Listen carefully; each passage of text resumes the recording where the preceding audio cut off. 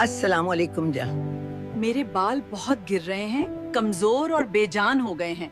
कोई घरेलू टोटका बता दें। वालेकुम सलाम बेटी, घबराओ नहीं, मैं तुम्हें एक सादा सा नुस्खा बताती हूँ। आजकल पानी की खराबी, केमिकल वाले शैम्पू और कमजोरी की वजह से बाल झड़ने लगते हैं। रेठा 50 ग्राम, शेकाकाई 50 ग्राम, आंवला 50 ग्राम, कलवंजी 50 ग्राम, पानी 500 मिलीलीटर, ग्लिसरीन हस्बे जरूरत पानी जैसी मिकदार। सबसे पहले रेठा, शेकाकाय, आंवला और कलवंजी को 500 मिलीलीटर पानी में अच्छी तरह मिला लें। अब इसमें ग्लिसरीन शामिल करें ताकि आमेजा हमवार हो जाए।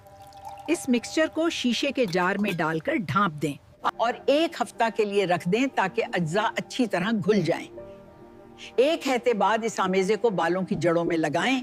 वीडियो को लाइक और शेयर करके दूसरों तक जरूर पहुंचाएं। अगर कोई सवाल हो तो कमेंट में जरूर पूछें।